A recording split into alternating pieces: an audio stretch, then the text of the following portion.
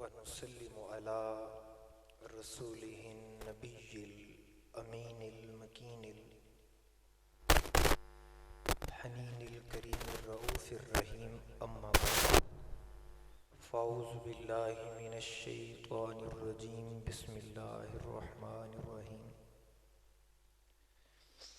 قال الله تبارك وتعالى في القرآن المجيد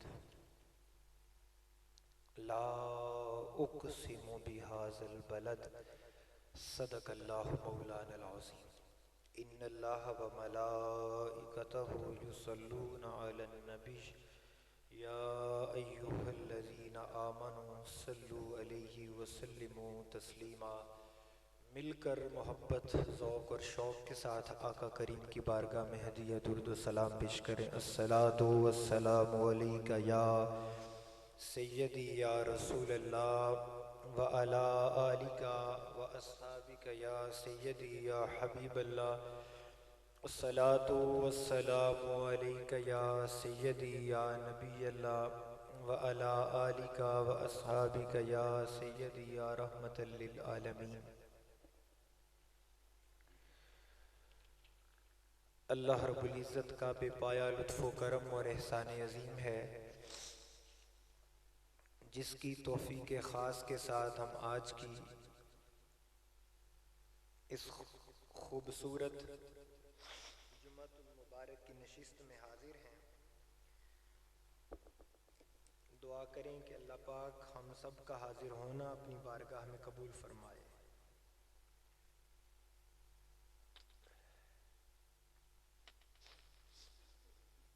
اور یہ لمحات یقیناً اللہ رب العزت کی رحمتوں کو اور برکتوں کو سمیٹنے کا ایک بہانہ، وسیلہ اور ذریعہ ہے۔ آج جمعۃ المبارک کے اس موقع کے اوپر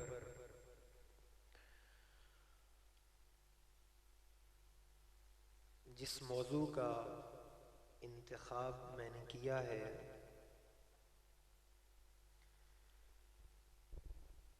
وہ یہ ہے کہ مدینہ منورہ اتنا عظیم کیوں ہے؟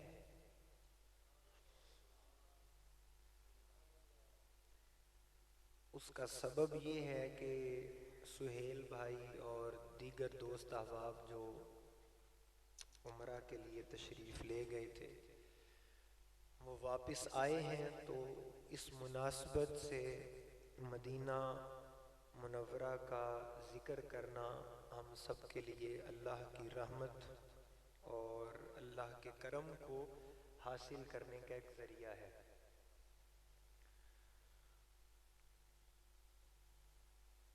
اب میرے دماغ میں دو چار جہتیں آ رہی ہیں جہاں سے بات کو شروع کیا جائے، لیکن میں سب سے زیادہ اہمیت اس چیز کو دیتا ہوں کہ ہم ذکر مدینہ قرآن سے شروع کریں۔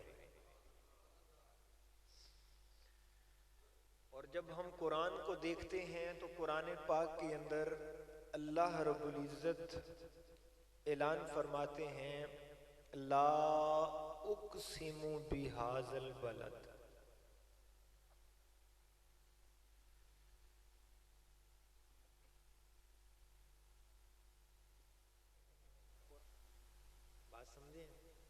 اللہ نے فرمایا میں قسم اٹھائی ہے، پہلے نفی کر دی، پھر کہا میں قسم نہیں اٹھاتا مگر اس شہر کی اٹھاتا ہوں۔ اب وہ اس شہر کون سا ہے یہ قرآن نے نہیں بتایا۔ اب اس کی کئی تفاسیر اور کئی اس کے اوپر نکات میں بیان کر سکتا ہوں، لیکن وہ پھر بات مطلب بڑی کوئی طویل ہو جائے گی۔ میں سیدھا سادہ سی بات کرتا ہوں تاکہ اس کے بعد ہم اپنے آگے موضوع کو آگے چلا سکیں۔ اللہ تعالیٰ نے فرمایا کہ میں اس شہر کی قسم اٹھاتا ہوں، مگر یہ نہیں بتایا کہ وہ شہر کون سا ہے۔ تو ائمہ تفاسیر نے اس شہر سے مکہ مراد لیا ہے۔ کیا مراد لیا ہے؟ سبھی بولے مکہ شہر، کہ اللہ تعالیٰ نے قرآن میں مکہ کی قسم اٹھائی۔ اب جب ان سے یہ پوچھا گیا کہ بھئی آپ نے مکہ مراد کیوں لیا ہے، مدینہ مراد کیوں نہیں لیا، تو انہوں نے کہا اس لیے کہ جب آیت آئی تو سرکار مکہ میں تھے۔ میں جو آگے بات کرنے لگا ہوں نا بہار آ جائے گی، توجہ کیجیے گا۔ تو مکہ مراد اس لیے لیا کہ جب آیت آئی تو سرکار کہاں تھے؟ مکہ، مکہ المکرمہ میں تھے۔ تو انہوں نے کہا کہ باری تعالیٰ فرمانا یہ چاہ رہا ہے کہ میں رب ہو کر مکہ کی قسم اٹھاتا ہوں، وہ اللہ ہو کر، وہ قادر مطلق ہو کر شہر مکہ کی قسم اٹھا رہا ہے۔ مگر ایک سوال تو پھر وہیں کھڑا ہے کہ باری تعالیٰ اگر تو نے قسم اٹھانی ہی تھی تو مکہ کا نام بھی لیتا، تو ہمارے لیے آسانی ہو جاتی، قیامت تک آنے والے اس بحث میں الجھتے ہی نہ، تو نام بھی لے دیتا۔ تو اب میں ایک طالبانہ نظر سے اور ایک طالبانہ مطالعہ سے جس نتیجے پر پہنچا ہوں، وہ نتیجہ میں آغاز ہی میں یہ 4-5 جو لوگ بیٹھے ہیں آپ کے دلوں کی تختی پر لکھنا چاہوں گا۔ اس کو قرآن فہمی کہتے ہیں۔ کیا کہتے ہیں؟ قرآن فہمی۔ قرآن فہمی انسان کے پاس ہونا بہت ضروری ہے، کیونکہ قرآن خود کہتا ہے یُضِلُّ بِهِ كَثِيرًا وَيَهْدِي بِهِ كَثِيرًا۔ اسی قرآن کو پڑھ کر بہت سارے لوگ گمراہ ہو جاتے ہیں، اسی کو پڑھ کر ہدایت آ جاتی ہے۔ وہ گمراہ کون ہوتے ہیں؟ جن کے پاس قرآن فہمی نہیں ہوتی، وہ سمجھ نہیں پاتے کہ یہ بات یہاں ہوئی کیوں ہے۔ اب مثال دے دیتا ہوں، اسی قرآن کے اندر اللہ نے لکھا ہے کہ نماز کے قریب نہ جاؤ، اسی قرآن کے اندر لکھا ہے۔ کسی کو اعتراض ہو ابھی کھول کر وہ آیت پڑھنے کو تیار ہوں، سپارہ بتانے کو تیار ہوں، آیت کا نمبر بتانے کو تیار ہوں کہ اللہ نے قرآن میں لکھا نماز کے قریب نہ جاؤ۔ اور یہاں امت مسلمہ کے خطیب، وائز، علماء، خطباء، مدرسین، مفتی سارے امت کو اس بات پہ لگا رہے ہیں کہ نماز پڑھو، نماز پڑھو۔ قرآن کہتا ہے کہ نماز کے قریب بھی نہ جاؤ۔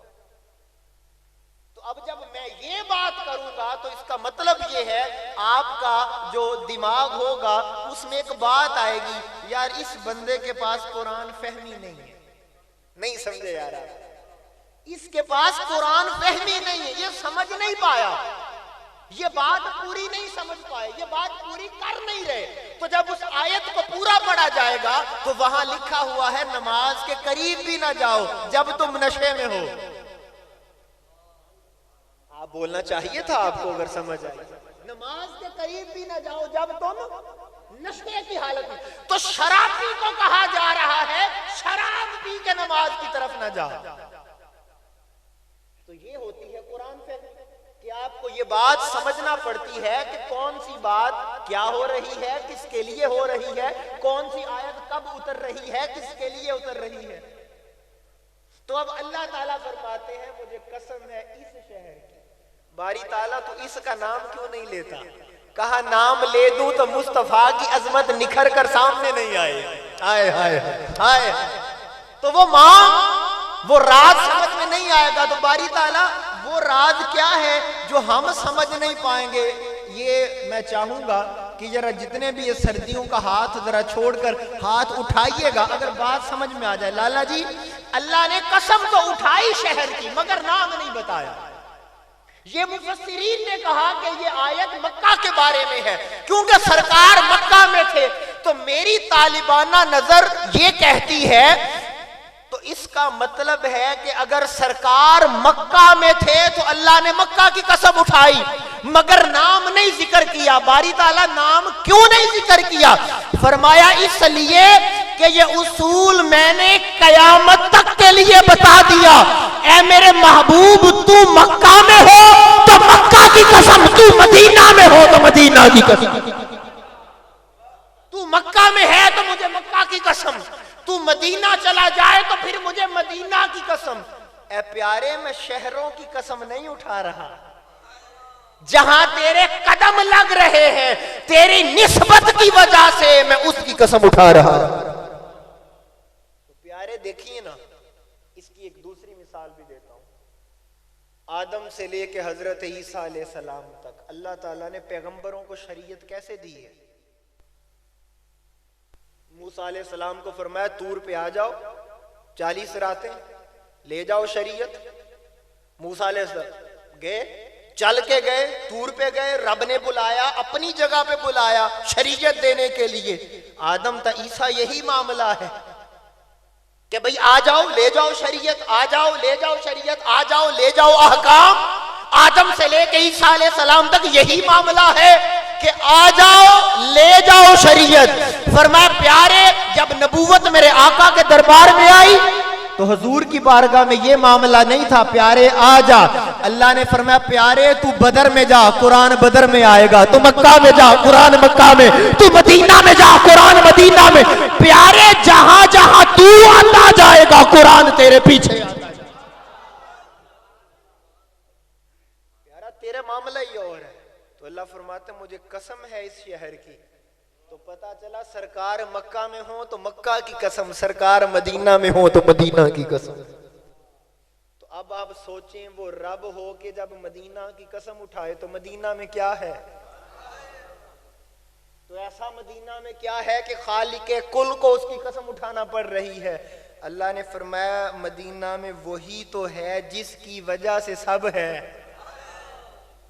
وہ مدینہ میں جس کی وجہ سے سب ہے، وہ کیا کسی خوبصورت شاعر نے لکھا ہے کہ فلک خوبصورت سجایا نہ ہوندا، کسے شاید آویے تھے سایہ نہ ہوندا، نہ او عرش کرسی نہ او چند تارے، شب و روز اے نہ ہوندے نظارے، نہ جنو بشر نہ کوئی پرندہ، حیاتی مماتی نہ مویا نہ زندہ، نہ حوران دے قصے نہ آدم نہ حوا، نہ یعقوب یونس نہ یوسف زلیخا، نہ تختان دے تاجان دے سلطان ہوندے، نہ ملدی کسے نو کدے زندگانی، ہوا اے نہ ہوندی نہ ہوندا نہ پانی، نہ میلاد ہوندے نہ اے نات خانی، ثنا خان نہ ہوندے نہ او خوش بیانی، نہ عرش و فرش نہ خاکی نہ نوری، زمانے تے کچھ بھی نہ ہوندا ظہوری، کسے شہدہ یہ تھے سایہ نہ ہوندا کہ رب نے محمد بڑھایا نہ ہوندا۔ مصور نے بس انتہا سی کر دیتی، بڑی ترنم نال تصویر کھچی، حسینہ جمیلہ دا منہ موڑ دیتا، محمد بنا کے قلم توڑ دیتا۔ پیارے تیرے جیسا ہے ہی کوئی۔ اب جو اگلی بات کرنے لگا ہوں، تو جب اللہ تعالیٰ نے قسم اٹھائی نا کہ مجھے قسم ہے اس شہر کی، تو بس جو عاشق تھے پھر مدینہ کے عاشق ہو گئے۔ پھر ہر صاحب ایمان کے دل میں مدینہ مدینہ ہونے لگی، ہر دل تڑپ اٹھا کہ میری مدینہ میں حاضری ہو اور مدینہ میں جاؤں۔ لیکن یہاں پر دوستان محترم ابتدا میں ایک بات کرنا چاہتا ہوں، چونکہ بات مدینہ کی ہو رہی ہے۔ ابھی یہ 2-3 دن پہلے ہی ایک کلپ میرے پاس کسی نے بھیجا، مسجد نبوی کے اندر کوئی لال رومال والا مولوی ہے، اب پتہ نہیں سوشل میڈیا پہ آپ میں سے اکثر لوگ جانتے ہو کہ لال رومال والا مولوی ہے، اور وہ کھڑا ہوا ہے اور لوگوں کو بتا رہا ہے کہ مدینہ آنے والو جب تم مدینہ آتے ہو تو یہ نیت نہ کرو کہ میں قبر رسول کی زیارت کے لیے جا رہا ہوں، یہ نیت نہ کرو، بلکہ تم یہ نیت کرو کہ میں مسجد نبوی میں نماز کی نیت کے لیے جا رہا ہوں۔ زیارت رسول کی نیت نہ کرو، سرکار کی نیت نہ کرو، بلکہ مسجد نبوی کی نیت کرو۔ میں نے اس کا تفصیلی جواب ریکارڈ کروا دیا ہے، اور انشاءاللہ تعالیٰ آج جمعے کے بعد وہ اپلوڈ ہو جائے گا، انشاءاللہ میرے فیس بک چینل کے اوپر اپلوڈ ہو جائے گا۔ لیکن اس کی ایک بات میں آپ کے سامنے بھی رکھنا چاہتا ہوں، تاکہ کل کلام کو یہ فتنہ آپ کے ذہنوں میں بھی کوئی نہ ڈال دے کہ بھئی ہمیں تو مدینہ میں مسجد کی زیارت کی نیت کرنی چاہیے، سرکار کی زیارت کی نیت نہیں کرنی چاہیے۔ مجھے ایک بات بتائیں، مسجد نبوی میں نماز پڑھیں تو کتنی نمازوں کا ثواب ہے؟ بولیں سبھی بولیں، 50,000 بولیں، 50,000 نہ بولیں نا، 50,000۔ تو میرا آپ سے سوال ہے کہ وہ جو مسجد نبوی میں پڑھیں تو 50,000، تو یہ 50,000 کس کی وجہ سے شان ملی ہے؟ جو مدینہ میں مسجد نبوی کی نیت کے اوپر زور دے رہے ہیں، یہ غلط بات نہیں ہے، وہ نیت کرنا اچھی بات ہے، مگر سرکار کی زیارت کی نیت سے روکنا اور منع کرنا یہ بہت بڑا فتنہ اور جرم ہے۔ کیوں کہ مسجد کے پاس جتنی بھی عظمت اور شان ہے وہ مسجد کی اپنی نہیں ہے، کسی نے عطا کی ہے۔ نہیں سمجھے یار، آپ کی آواز آنی چاہیے تھی۔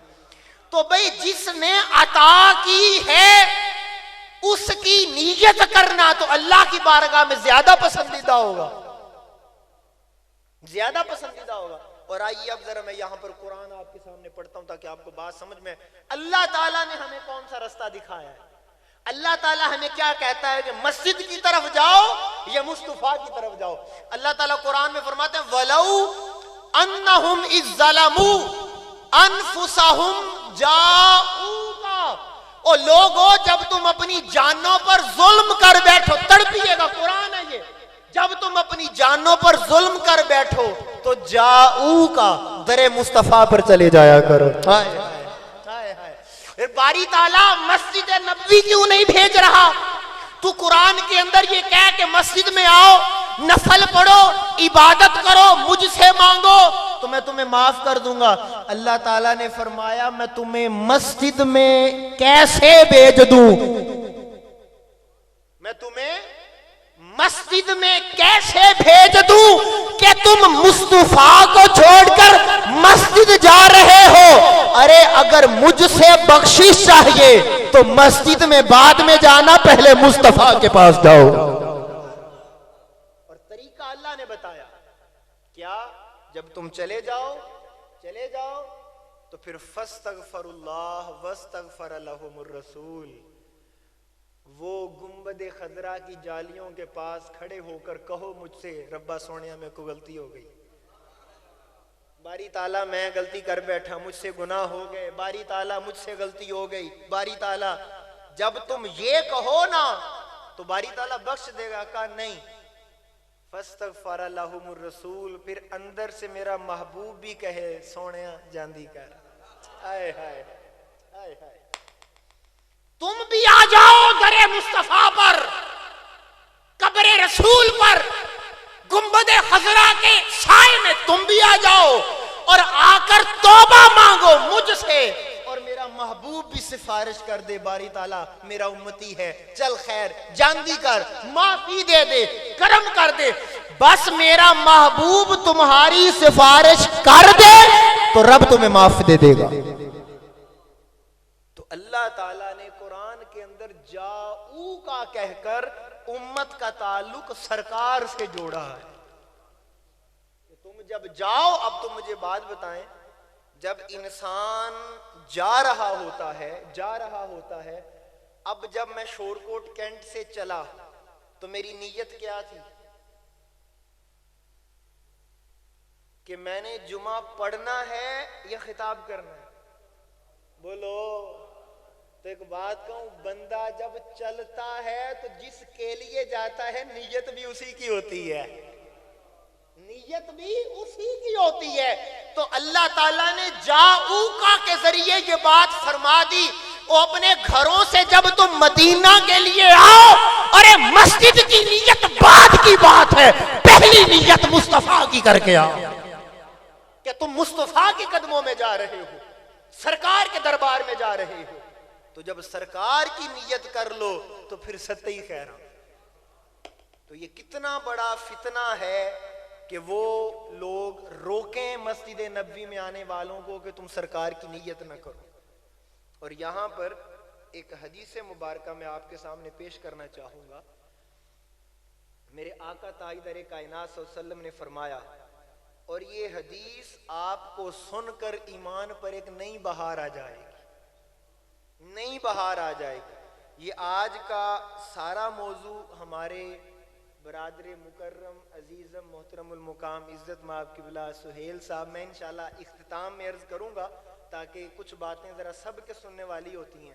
تو وہ شروع میں اس لیے نہیں بولتا کہ کچھ لوگ پھر اس فیض سے محروم ہو جاتے ہیں. تو میں ان کے لیے آج یہ موضوع ہم نے رکھا اور ان کے اعزاز میں رکھا تاکہ یہ اس منظر کو دیکھ کر آئے ہیں جو ہر صاحب ایمان کا دل کرتا ہے مجھے بھی نصیب ہو. لیکن اب جو میں حدیث میں نے آپ کے سامنے پیش کرنے لگا ہوں سنیے. میرے آقا تاجدار کائنات نے فرمایا سن لیں رسول کی حدیث ہے پاک ہے اور یہ حدیث متفق علیہ ہے. کیا ہے یہ؟ آج آپ کو ایک میں بات بتا دیتا ہوں, یہ ہمیشہ آپ نے یاد رکھنی ہے. ابھی میں آپ سے سنوں گا, ابھی ذرا غور سے سنیں گا. جب بھی میں زندگی میں آپ کے سامنے بولوں نا کہ یہ حدیث متفق علیہ ہے تو اس کا مطلب کیا ہوگا؟ اس کا مطلب یہ ہوگا کہ اس حدیث کو امام بخاری نے بھی قبول کیا اور امام مسلم نے بھی قبول کیا. جو حدیث امام بخاری اور امام مسلم قبول کر لیں اور اپنی کتاب میں لکھ دیں وہ متفق علیہ ہوتی ہے. اور متفق علیہ روایت کو کوئی محدث رد نہیں کرتا ہے, کسی کی جرت ہی نہیں پڑتی کیونکہ امام بخاری اور مسلم نے قبول کیا. اب یہ متفق علیہ حدیث ہے. میرے آقا نے فرمایا مدینہ کی فلاں جگہ سے لے کے فلاں تک حرم ہے. یہ حدیث کے الفاظ حرم ہے. یہ بات کرنے کے بعد میرے آقا نے فرمایا لوگوں سنو مدینہ میں کبھی کوئی فتنہ بپا نہ کرنا. سمجھ رہے ہیں بات؟ مدینہ میں کبھی کوئی بولیں سرکار فرما رہے فتنہ بپا نہ کرنا. تو آقا یا رسول اللہ اگر کوئی فتنہ پرور لوگ فتنہ کریں تو کیا ہوگا؟ میرے آقا نے فرمایا جو مدینہ میں فتنہ کرے اس پر اللہ کی بھی لعنت, ملائکہ کی بھی لعنت اور تمام انسانوں کی لعنت ہوتی ہے جو مدینہ میں فتنہ کرے. تو اب آپ مجھے سب سوچ کے بتائیں رسول کی مسجد میں کھڑے ہو کر رسول کی زیارت کی نیت نہ کرنے دینا اس سے بھی بڑا کوئی فتنہ ہے؟ میرے آقا تاجدار کائنات نے فرمایا مدینہ کا معاملہ اور ہے, مدینہ کی بات اور ہے. اور باری تعالیٰ مدینہ کا یہ معاملہ اتنا خاص کیوں رکھا؟ فرمایا اس لیے کہ 70,000 ملائکہ صبح آتے ہیں. وہ 70,000 آ گئے, آپ کی 70 دفعہ سبحان اللہ بھی نہ آ سکی ہے. اب اگلی جو بات میں کرنے لگا ہوں نا, پتہ نہیں آپ کبھی اس بات کو اس اینگل سے دیکھتے یا نہیں دیکھتے. 70,000 ملائکہ دربار رسالت میں صبح آتے ہیں, 70,000 شام کو آتے ہیں اور آقا آ کر حضور کی بارگاہ میں درود و سلام کے گجرے پیش کرتے ہیں. تو آقا نے فرمایا جو ایک دفعہ آ جائے پھر دوبارہ باری نہیں آتی اس کی. میں یہ جس درد کے ساتھ بات کر گیا آپ کی آواز نہیں آ سکی اتنی یار. آپ سوچیں جس کو یہ پتا ہو کہ میں نے دوبارہ نہیں آنا وہ کس عقیدت سے آئے. سبحان اللہ. جس کو یہ یقین ہو کہ بس آج موقع مل گیا اس دربار میں آنے کا, دوبارہ مجھے موقع نہیں ملے گا قیامت تک, وہ کس عقیدت اور محبت سے آقا کی بارگاہ میں گنبد خضرا کے سامنے حاضر ہوتا ہوگا. ارے وہ ملائکہ ہیں جو ایک بار آئے تو دوسری دفعہ نہیں آ سکتا. رب کائنات نے یہ مقدر امت کو دیا, وہ ایک دفعہ آئے تو دوسری دفعہ نہیں آتا. امتی چاہے تو ہر سال چلا جائے. سبحان اللہ. نعرہ تکبیر, نعرہ رسالت, نعرہ حیدری, نعرہ غوثیہ. امتی کا مقدر ہے, امتی کا مقدر ہے. دیکھیں ادھر سال کے بعد بلا لیا جائے, کسی کو ہر مہینے بلا لیا جائے. ایک بات کہوں یہ میرا درد دل ہے, کبھی تنہائیوں میں سوچتا ہوں آقا آپ تو سخیوں کے سخی ہیں, کریموں کے کریم ہیں, بادشاہوں کے بادشاہ ہیں. سخاوت آپ کی نالین کے نیچے لگنے والے ذروں کا نام سخاوت ہے. آقا آپ تو کسی کو سال کے بعد بلا لیں, مہینے بلا لیں, یہ تو آپ کی عطا ہے, کسی کو اپنے پاس ہی رکھ لیتے ہیں. نہیں سمجھے یار میں کیا کہہ گیا بات. آج کا امتی سال بعد سوچ رہا ہے, یہ سارے ہاتھ اٹھنے چاہیے. سب سے قیمتی جملہ بولنے لگا ہوں آج کی نشست کا. سال بعد جانے والا اپنے مقدر پہ ناز کر رہا ہے کہ مجھے سرکار نے بلایا ہے. ارے مہینے بعد جانے والا بھی ناز کر رہا ہے تو تمہیں یہ سمجھ کیوں نہیں آتا؟ تم سال کے بعد جاؤ تو بڑی شان والے ہو، تو جن کو سرکار نے اپنے پاس سلایا اس ابو بکر کی شان کا حال کیا ہو؟ نعرہ تکبیر، نعرہ رسالت، عظمت ابو بکر صدیق، وہ جنہیں اپنے پاس ہی رکھ لیا۔ اب بولو یار، میں قربان جاؤں صدیق اکبر آپ کی وفا پر، دن تھا صدیق ساتھ تھے، رات صدیق اکبر ساتھ، غار صدیق اکبر ساتھ، بازار صدیق ساتھ، مزار صدیق ساتھ۔ اور یہاں پر میں نے ایک بات کی ہے، پتہ نہیں آپ اس کی باریکی کو سمجھ سکے یا نہیں سکے۔ آپ کو پتہ ہے ہجرت کی رات کیا ہوا تھا؟ حضور چل کر صدیق اکبر کے پاس گئے تھے، یاد ہے نا آپ کو؟ میرے آقا تاجدار کائنات نے حضرت ابوبکر صدیق سے ایک دن فرمایا، تیار رہنا کبھی بھی حکم آئے گا۔ بولو یار، مجھے آج محبت میں کچھ باتیں کر لینے دو۔ تیار رہنا کبھی بھی ہجرت کا حکم آئے گا، ہم چلے جائیں گے۔ حضور ہجرت کی رات آئی، میرے آقا چل کے گئے، ادھر مولا علی کو لٹایا اپنے بستر پر، وہ بھی عاشق یہ بھی عاشق، ایک کو ساتھ لے گئے ایک کو بستر پر چھوڑ گئے۔ ساری رات کافر سمجھ ہی نہ سکے بستر پر نبی ہے یا علی ہے۔ بولو یار، وہ ساری رات نہیں۔ اب جب میرے آقا گئے، آگے دروازہ نوک کیا، رات کا پہر تھا، صدیق اکبر جاگ رہے تھے، انہوں نے فوری دروازہ کھولا۔ میرے آقا دیکھتے ہیں اس کی آنکھوں میں نیند کے آثار نہیں۔ فرمایا ابو بکر سوئے نہیں تھے؟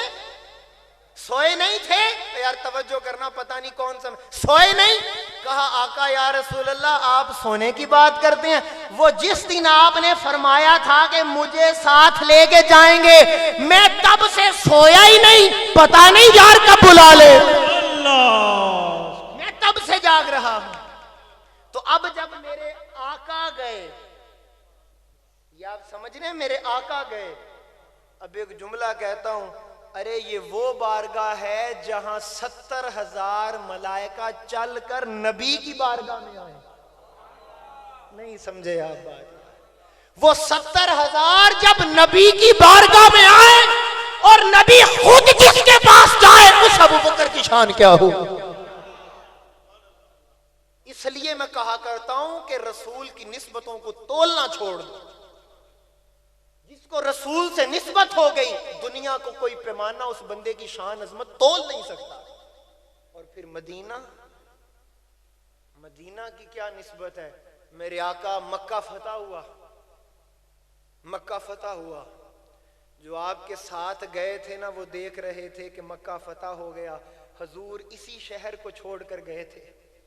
درد دل دیکھیے گا ذرا، اب دل میں تو آرزو ہوتی ہے نا، یاد ہے جب میرے آقا تاجدار کائنات مکہ چھوڑے تو میرے آقا نے فرمایا تھا کعبہ تو کتنا عظیم ہے، پر تیرے شہر کے لوگ مجھے یہاں رہنے نہیں دیتے۔ اور یاد ہے میرے آقا نے نکلتے ہوئے حدیث پاک ہے، میرے آقا نے یہ بات کی تھی، باری تعالیٰ جس کو میں پسند کرتا تھا شہر کو، جس کو میں پسند کرتا تھا، مجھے وہ چھوڑنا پڑ رہا ہے تیرے لیے، باری تعالیٰ اگر مجھے میری پسند سے نکال رہا ہے تو وہاں لے کے جا جو تیری پسند ہے۔ آئے ہائے ہائے، نہیں سمجھے؟ باری تعالیٰ اگر مجھے اپنی پسند تیرے لیے تیرے دین کے لیے چھوڑنا پڑ رہی ہے تو مجھے وہاں بسا جو تیری پسند ہے۔ قربان جاؤ، مصطفیٰ کو مکہ پسند تھا، خدا کو مدینہ پسند تھا۔ سبحان اللہ، سبحان۔ جب مکہ فتح ہو گیا، وہ ساتھ والوں نے کہا لے بھئی ہن سجن نے رک جانا جے، یار پھر رک جائے گا۔ قربان جاؤ، میرے آقا نے ان کے چہروں کو دیکھ کر کہا کیا دیکھتے؟ ان کا آقا یا رسول اللہ یہ دولت، یہ جائیدادیں، یہ جاگیریں سب ان کو دیے جا رہے ہیں، آقا آپ بھی یہاں پر۔ قربان جاؤں، میرے آقا نے کہا مدینہ والو کیا تم اس بات کے اوپر راضی نہیں جو مکہ میں رہیں، زمینیں، گھر، جائیدادیں ان کے حصے میں آئیں اور تمہارے حصے میں مصطفیٰ ہے؟ اللہ اللہ، تم اس بات پہ راضی نہیں تو میرے آقا پھر مدینہ واپس آئے۔ اور پھر میرے آقا جب مدینہ واپس آئے تو پھر میرے آقا نے فرمایا باری تعالیٰ جو تو نے برکت مکہ کو عطا کی، حضرت ابراہیم نے دعا کی تھی کہ باری تعالیٰ مکہ کو برکت عطا فرما، فرمایا وہ ابراہیم نے مانگی تھی مکہ کے لیے، میں مصطفیٰ تجھ سے کہتا ہوں مکہ سے 2 گنا برکت مدینہ کو عطا فرما۔ اور آج آپ کو عجب بات بتاؤں، حیران ہو جاؤ، اس سردی کے اندر رات کو نیند میں بھی سبحان اللہ بولو۔ میں نے ابھی بات کی کہ وہ کتنے خوش نصیب ہوں گے کہ جنہیں سرکار نے اپنے پاس سلایا۔ اب وہ جو ساتھ سو رہے ہیں نا، وہ جو ساتھ آقا کی بارگاہ میں آقا کے ساتھ، وہ جگہ کوئی معمولی جگہ نہیں ہے۔ میں بڑے آسان یہ مسئلہ بھی سمجھانا چاہوں گا تاکہ آپ کو بات سمجھ میں آئے اور مزہ آئے۔ وہ جگہ کوئی بولیں وہ جگہ کوئی، سبھی بولیں وہ جگہ کوئی معمولی نہیں۔ وہ کیوں نہیں ہے؟ کیونکہ اس جگہ کے بارے میں یہ حدیث میرے سامنے ہے۔ اب آپ کی پتہ نہیں سبحان اللہ میں سن سکوں گا یہ نہیں، حدیث یہ بھی متفق علیہ ہے۔ واہ واہ واہ، کیا بات ہے فیصلہ آباد والو، اللہ برکت دے، سمجھ گئے ہو۔ اب وہ حدیث سنیں، میرے آقا نے فرمایا، حضرت ابو ہریرہ رضی اللہ تعالیٰ عنہ راوی، میرے آقا نے فرمایا ما بین بیتی و منبری روضۃ من ریاض الجنہ، میرے آقا نے فرمایا میرے گھر سے لے کے میرے منبر تک، میرے گھر سے لے کے میرے منبر تک یہ جگہ عام نہیں، جنت کا ٹکڑا ہے، یہ جنت ہے۔ اس جنت کے اندر ہے صدیق اکبر۔ یار میں نے بہت کم آواز آئی ہے یار، اس سردی کے اندر ذرا گرم سبحان اللہ ہونی چاہیے۔ سبحان اللہ۔ اس جنت میں ہے صدیق اکبر، اس جنت میں ہے عمر فاروق۔ اب جنت کا اصول سنیں، میں کہتا ہوں بہار آ جائے گی، سننا سنیت کا عقیدہ ذرا ایک طالب علم سے سنو، محمد فرحان کے تخیلات کا نور اپنے دامن میں ذرا لینے کی کوشش کرو۔ میرے آقا نے فرمایا یہ ہے جنت، اور اس جنت میں ہے سرکار کے غلام۔ اب جنت کا اصول پتہ کیا ہے؟ جنت میں موت نہیں جا سکتی۔ جاگیے ذرا قبلہ، جاگیے، میں کچھ کہنے لگا ہوں، آپ تیار ہوں گے تو میں وہ بات عشق کی چوٹ مار سکوں گا۔ جنت میں آپ کو پتہ ہے قیامت والے دن کیا ہوگا؟ تمام جنتی جنت میں چلے جائیں گے، دوزخی دوزخ میں جائیں گے، موت کھڑی ہوگی، ربا سونیا میں نہ ادھر جا سکتی ہیں نہ ادھر، نہیں یار آواز ہے، تو جہنم میں کیوں نہیں جائے گی؟ باری تعالیٰ جو جس پر تو نے حکم دیا میں پیش ہوئی، تو ادھر کیوں نہیں جائے گی؟ فرمایا ادھر میرے یار نے، اور ذرا ادھر اس لیے نہیں جانا کہ تیرے حکم کی پابند رہی ہوں، ادھر اس لیے نہیں جا سکتی کہ اب ادھر تیرے یار ہیں۔ تو باری تعالیٰ اب فرمایا دوزخ اور جنت کے درمیان میں لا کر موت کو ذبح کر دیا جائے گا، موت کو بھی موت آ جائے گی۔ پتا چلا موت جنت میں نہیں جا سکتی، ہاتھ اٹھانا، موت جنت میں نہیں جا سکتی۔ ارے صدیق اکبر جنت میں ہے، موت جنت میں جا نہیں سکتی، اور جس نبی کے غلام زندہ ہیں وہ نبی زندہ کیوں نہیں ہو؟ سبحان اللہ، نعرہ تکبیر، نعرہ رسالت، نعرہ حیدری، نعرہ غوثیہ، عظمت صحابہ، شان صحابہ۔ اور سنو بات ہے، موت جنت میں جا نہیں سکتی، تو پتا چلا کہ جس نبی کے غلام زندہ ہو اس نبی کی اپنی حیات کا عالم کیا ہوگا۔ اور آج اگلی بات بھی سنو، ہر کائنات کی ہر جگہ کے اوپر قیامت بپا ہوگی، ہر جگہ قیامت بپا ہوگی، لیکن فیصل آباد والو سن لو، رب کعبہ کی عزت کی قسم، ہر جگہ قیامت بپا ہوگی، گنبد خضرا پر قیامت بپا نہیں ہوگی، ہر جگہ قیامت بپا ہوگی مگر گنبد خضرا پر۔ بولیں، اب سوال کریں کیوں؟ کیا کیوں؟ میں نے ابھی بتایا کہ گنبد خضرا جنت میں ہے، ہائے ہائے ہائے، وہ جنت میں ہے، تو جب وہ جنت میں ہے تو اللہ نے قیامت کو فرش پر اتارنا ہے، جنت پر نہیں اتارنا۔ سبحان اللہ۔ تو فرمایا پیارے، یہ بات اب قیامت تک لوگوں کو سمجھ آ جائے گی کہ خدا جس جگہ پر محبوب قیام فرمائے تو جب خدا اس جگہ کے اوپر قیامت نہیں اتارتا تو پیارے تیرے چاہنے والوں کے اوپر قیامت کیسے اتارتا؟ اگلی بات کرو، جو جاگ رہے ہیں وہ ذرا سبحان اللہ بولو۔ سبحان اللہ۔ 2009 کے اندر کون سا سال؟ سبھی بولیں کون سا سال؟ 9 کے اندر عالمی میلاد کانفرنس، مینار پاکستان، قبلہ حضور خود موجود تھے، خطاب ہونا تھا، علماء کرام دیوبند جامعہ اشرفیہ کے محتمم اعلیٰ قبلہ حضور کی موجودگی میں خطاب کر رہے ہیں۔ یہ بات ابھی بھی آپ یوٹیوب پر لکھیں آپ کو مل جائے گی، خطاب کر رہے ہیں۔ تو دوران خطاب وہ یہ بات کہتے ہیں کہ ہمارا تو یہ عقیدہ ہے، وہ کہنے لگے، یہ دیوبند جامعہ اشرفیہ لاہور میں جو ہے بہت بڑا مدرسہ ہے ان کا جامعہ، ان کے محتمم اعلیٰ یہ کہنے لگے ہمارا تو یہ عقیدہ ہے رسول پاک اس وقت جہاں آرام فرما رہے ہیں وہ مٹی کائنات سے زیادہ قیمتی ہے۔ بات اچھی نہیں لگی آپ کو؟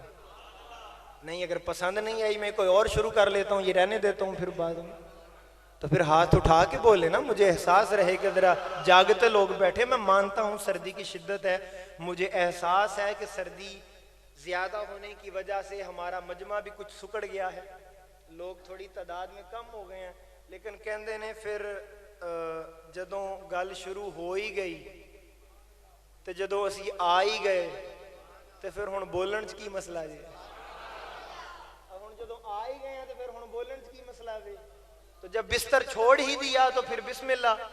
تو وہ کہنے لگے کہ بھئی اس وقت قبر رسول کی مٹی کائنات سے زیادہ قیمتی ہے۔ لوگوں نے کہا سبحان اللہ، انہوں نے کہا سنو، کائنات سے نہیں کعبہ سے بھی زیادہ قیمتی ہے۔ اگلی بات کرنے لگا ہوں، کعبہ سے بھی زیادہ قیمتی ہے۔ انہوں نے کہا تم کعبہ پہ سوچ رہے ہو، میں کہتا ہوں عرش سے بھی زیادہ قیمتی ہے۔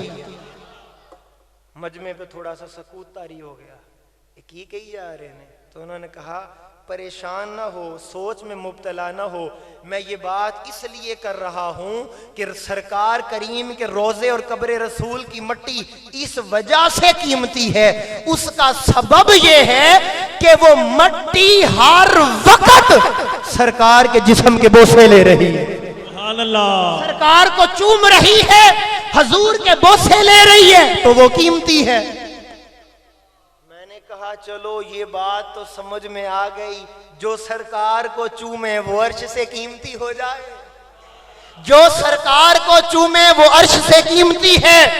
ذرا توجہ میری جانب، ارے اگر مٹی حضور کو چوم لے تو وہ مٹی عرش سے زیادہ قیمتی ہے، اور اگر سرکار حسین، حسن، فاطمہ، علی کو چوم لے تو ان کا مقام کیا ہو جائے؟ اللہ، جو سرکار کو چومے تو عرشوں سے قیمتی، تو جس کو سرکار چومے، اگر آپ تھوڑی سی محبت کریں تو میں خاک مدینہ پر دو باتیں کرنا چاہوں۔ آپ کو پتہ ہے کہ مدینہ پاک کے تقریباً علماء نے 100 سے زیادہ نام لکھے ہیں، مدینہ کے 100 سے زیادہ نام علماء نے کتابوں میں درج کیے، اور ان ناموں کے اندر ایک نام مدینہ پاک کا وہ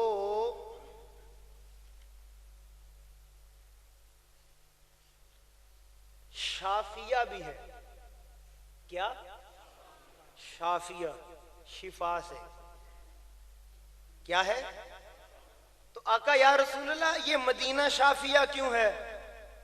اب اس کی حدیث سنیں، میرے آقا تاجدار کائنات نے فرمایا والذی نفسی بیدی، حضور فرما رہے ہیں قسم ہے اس ذات کی جس کے قبضہ قدرت میں مجھ مصطفیٰ کی جان، قسم ہے مجھے، قسم اٹھائی، اور پھر اب اگلا جملہ سنیں، میرے آقا نے فرمایا قسم ہے مجھے اس ذات کی جس کے قبضہ قدرت میں میری جان ہے، والذی نفسی بیدی ان فی غبارہا شفاء من کل دائر، مدینہ کی خاک کے اندر اللہ نے ہر بیماری کی شفا کو رکھا ہے، مدینہ کی خاک میں ہر بیماری کی شفا مدینہ کا نام شافیہ ہے۔ اب سنیں ذرا ایک مثال آپ کو دیتا ہوں۔ حضرت ثابت بن قیس رضی اللہ تعالیٰ عنہ فرماتے ہیں، وہ فرماتے ہیں کہ میری بیمار پرسی کے لیے آقا تشریف لائے، میں بیمار تھا، ادھر میری جانب دیکھیے گا، بیمار تھا، حضور تشریف لائے تو میرے آقا تاجدار کائنات صلی اللہ علیہ وسلم نے ان کو دیکھا، ان کی بیماری کو دیکھا تو میرے آقا نے فرمایا مدینہ کی مٹی لے کے آؤ، ادھر میری جانب دیکھیے گا، وہ مدینہ کی مٹی لائی گئی، حضور نے ایک پیالے میں پانی ڈالا، کاش اگر سمجھ جائیں تو آپ بات، مدینہ کی مٹی پیالے میں ڈالی، اس میں پانی تھا، مٹی ڈالی، اور وہ مٹی جب اس پانی میں گھل گئی تو میرے آقا نے،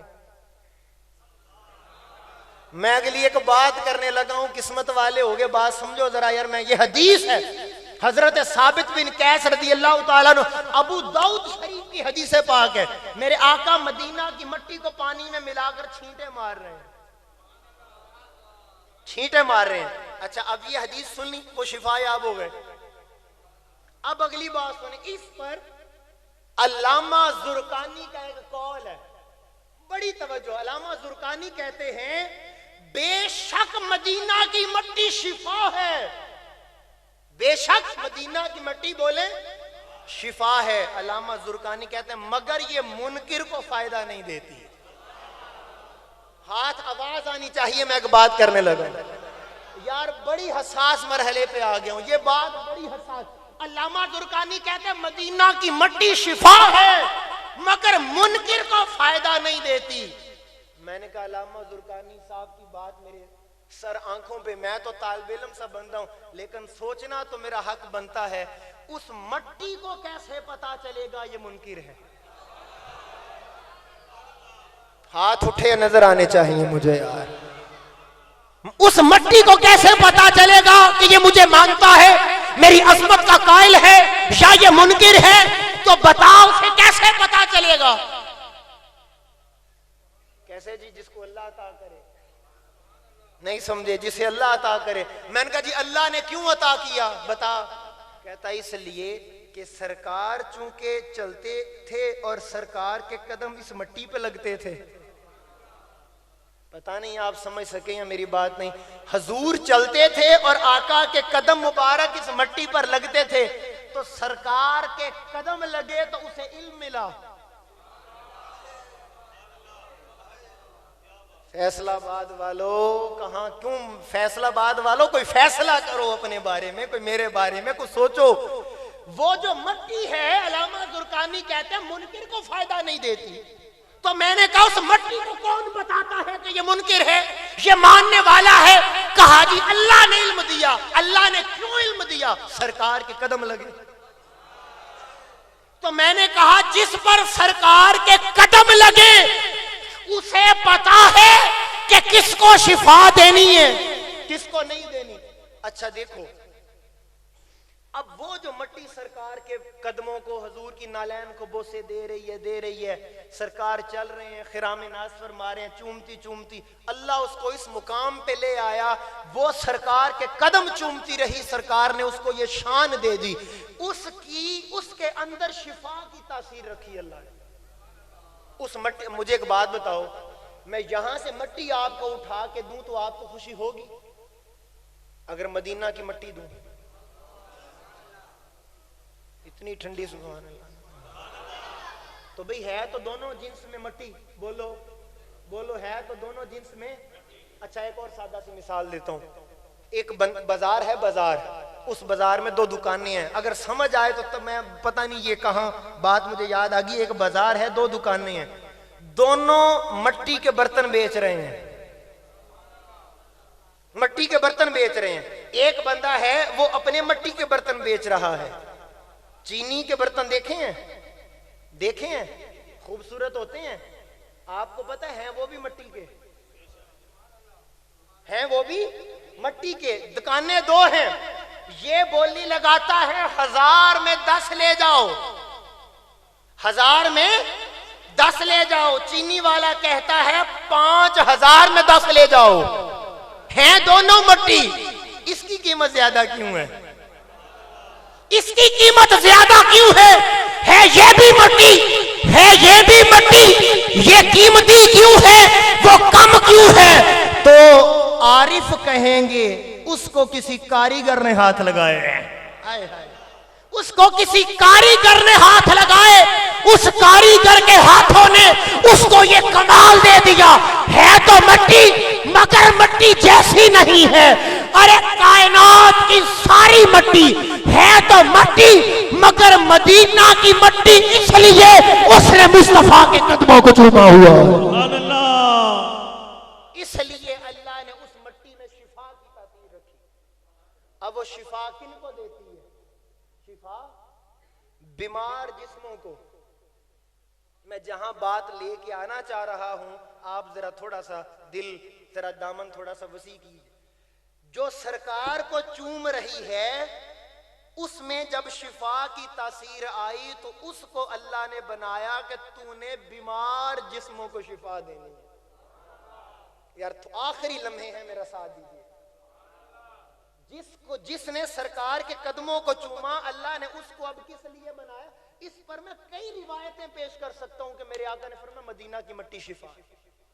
میرے آقا تاجدار کائنات جا رہے تھے، ہوائی مدینہ کی مٹی اڑی، کچھ صحابہ نے اپنے آپ کو کور کرنے کی کوشش کی، سرکار نے فرمایا او چادریں اتار دو، یہ مدینہ کی مٹی ہے۔ آواز آئے، میں ایک بات کرنے لگا، مدینہ اتارو، یہ تمہیں پاک کر دے گی، اس میں اللہ نے شفا رکھی ہے۔ تو جو میں پتہ نہیں یار کون بندہ بیٹھا ہے جو اس وقت جاگ رہا ہے، کون ہے جو میری آنکھوں میں آنکھیں ڈال کر یہ بات سنے گا، جو سرکار کے قدم چومتی رہی وہ جسموں کو شفا دے رہی ہے۔ بولیے یار، سمجھیے، جو سرکار کے نالین چومتی رہی وہ بیمار جسموں کو شفا دے رہی ہے۔ تو سوال پیدا ہوگا، جس نے قدم چومے وہ بیمار جسموں کو شفا دیتی ہے، جن کو سرکار نے چوما تھا وہ کن کو شفائیں دیتے ہیں؟ جس نے سرکار کو چوما وہ بیمار جسموں کو شفا دیتی ہے، جن کو سرکار نے چوما تھا وہ بیمار روحوں کو شفا دیتے ہیں۔ سبحان اللہ، سبحان اللہ۔ وہ بیمار روحوں کو شفا دیتے ہیں۔ تو میرے آقا تاجدار کائنات نے فرمایا یہ مدینہ کی مٹی ہے اور اس میں اللہ تعالیٰ نے شفا رکھی ہے۔ قربان جاؤں علامہ زرقانی کا یہ قول کہ فرماتے ہیں کہ مدینہ کی مٹی شفا ہے مگر منکر کو فائدہ نہیں دیتی۔ شیخ عبدالحق محدث دہلوی، آخری بات اس کے بعد ایک حدیث ہے، پھر اس کے بعد میں بات اختتام کرتا ہوں۔ اور میں دوستان محترم،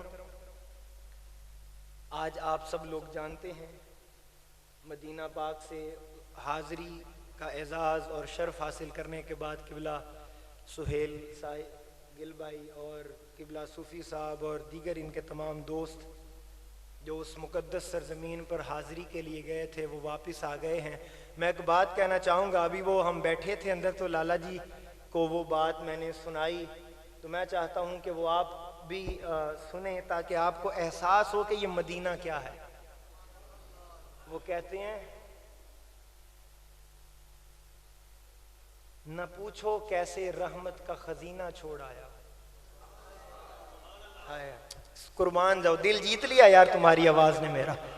ہم جب مبارک دے رہے ہوتے ہیں، جی مبارک ہو، حج کر کے آئے ہیں، عمرہ کر کے آئے ہیں، زیارتوں کی مبارک دے رہے ہوتے ہیں، میں ہمیشہ قبلہ میرے مرشد پاک وہ جب بھی مدینہ پاک، یہ مجھے تب خیال یہ احساس ہوا تھا، میں ان کو دیکھتا تو وہ مرشد پاک وہ جب بھی لوگ آتے ملتے زیارت کر مبارکباد دیتے، وہ کوئی ہاتھ چومتا، کوئی ماتھا چومتا کہ جی آپ مدینہ پاک سرکار کے روضہ مبارک سے آئے ہیں، تو میں دیکھتا لیکن ان کے چہرے کے اوپر ایک غم نظر آتا تھا۔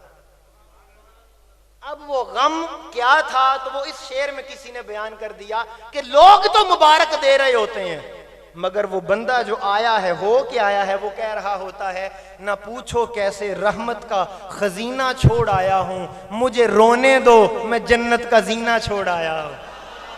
تھوڑی سی آواز اور اوپر کرو، میں ایک بات کر، نہ پوچھو کیسے رحمت کا خزینہ چھوڑ آیا ہوں، مجھے رونے دو میں جنت کا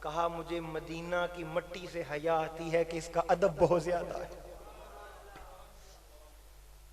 بہت زیادہ ہے۔ تو دوستان محترم، یہ بارگاہ ادب ہے، یہاں پر تو بڑے بڑے بادشاہ اور بڑے بڑے حکمران وہ تو وہاں دھوڑ کے برابر بھی نہیں ہے۔ تو اللہ تعالیٰ کی بارگاہ میں ہمیشہ ادب رسول مانگیں، رسول پاک کا ادب مانگیں۔ خدا را اگر یہ چیز، یہ نور ادب کا آپ کو مل جائے اور آپ کے بچوں کو مل جائے تو میں آپ کو لکھ کے دینے کو تیار ہوں، آپ کے گھر کے اندر اللہ کی رحمتوں کا نزول ہوگا۔ آج ہمارا یار دامن ادب سے خالی ہے، ادب سے خالی ہے۔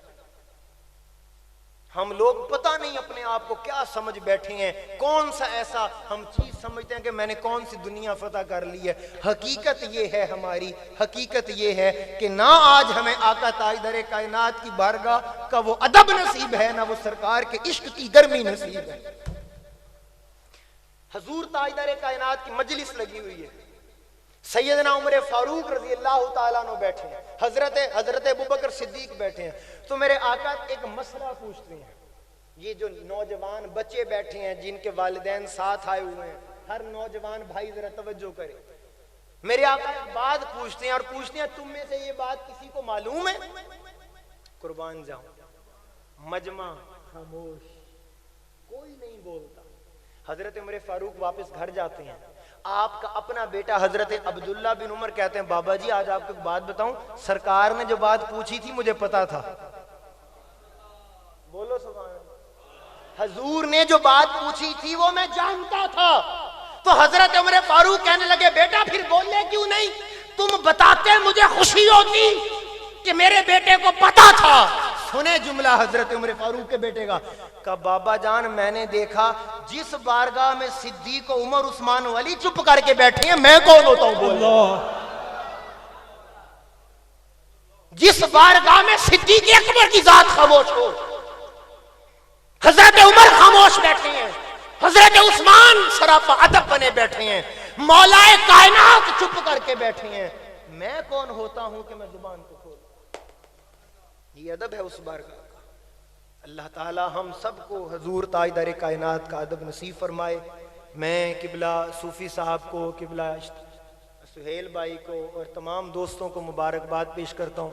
اللہ تعالیٰ ان کی اس حاضری کو جو یقیناً رب کی بارگاہ میں قبول ہے، اس قبول حاضری کا صدقہ رب ہم فقیروں کو بھی کبھی بلائے، اور باری تعالیٰ کبھی وہ موقع ہماری زندگی میں بھی آئے کہ سرکار کی جالیوں کے سامنے کھڑے ہو کر ہم بھی اپنا درد دل حضور کی بارگاہ میں سنائیں اور آقا کی ذات پر درود و سلام پڑھیں۔ اللہ تعالیٰ ہم سب کی حاضری قبول فرمائے۔ وما علینا الا البلاغ۔